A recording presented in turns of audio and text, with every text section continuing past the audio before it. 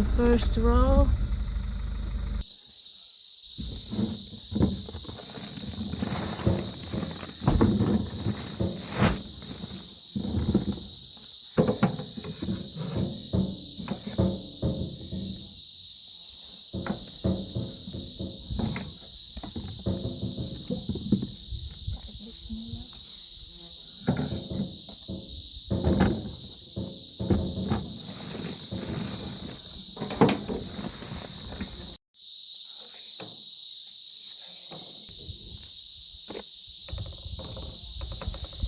So ganito yung pagtanim ng patatas guys, oh, yung mga ay niya o nag-shoot na oh. At hinihiwa namin yun, divide namin kasi gusto namin na maraming mga seeds ba, kasi kunti lang ang aming mga patatas na seeds. So late kami nagtatanim, ngayon is November. At ayan oh, mga Dutch spring ito na variety guys. Yung malaki hiwain namin na ano, yung mayroong pink eye talaga, yung mayroong mata, hindi pink eye.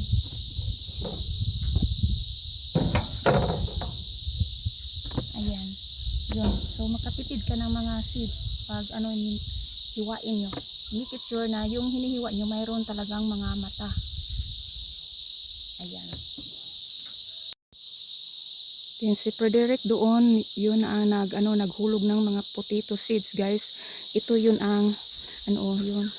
It's about 2 feet ang distansya. So si Mr. yung nauna naglagay ng fertilizer, then tabunan namin yan gamit ang tractor. Ayan. So ayan.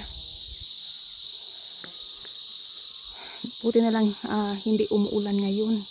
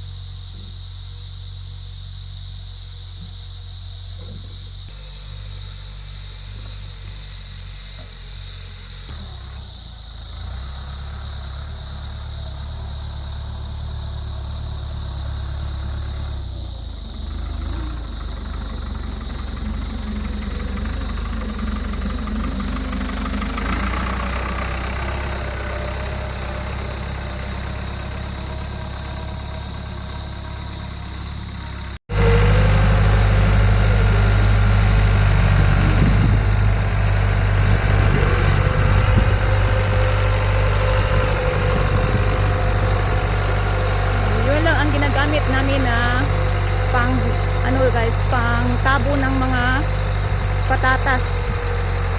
Manual lang aming pagtatanim, pero yung pagtabo niya gamit kami ng tractor at saka yung disc plow. Wala kaming machine na pang planting ng potato kasi maliit lang ang aming area dito guys. Mga 1 acre lang ito.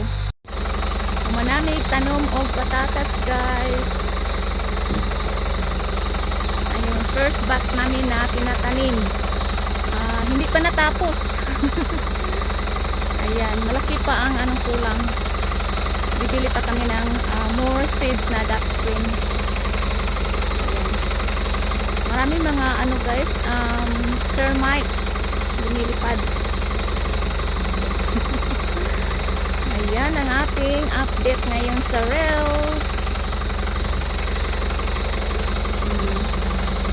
Ako ang tagahiwa ng ng mga seeds ng potato, at then pag mayroon akong vacant dito, so doon ako pinaspasay ni guys kung kinsay available ala dito Si Frederick ang maglunod ng maglagay ng fertilizer dahil siya din ang mag-buried. Pagkahuman, then ako din maglagay ng potato seeds.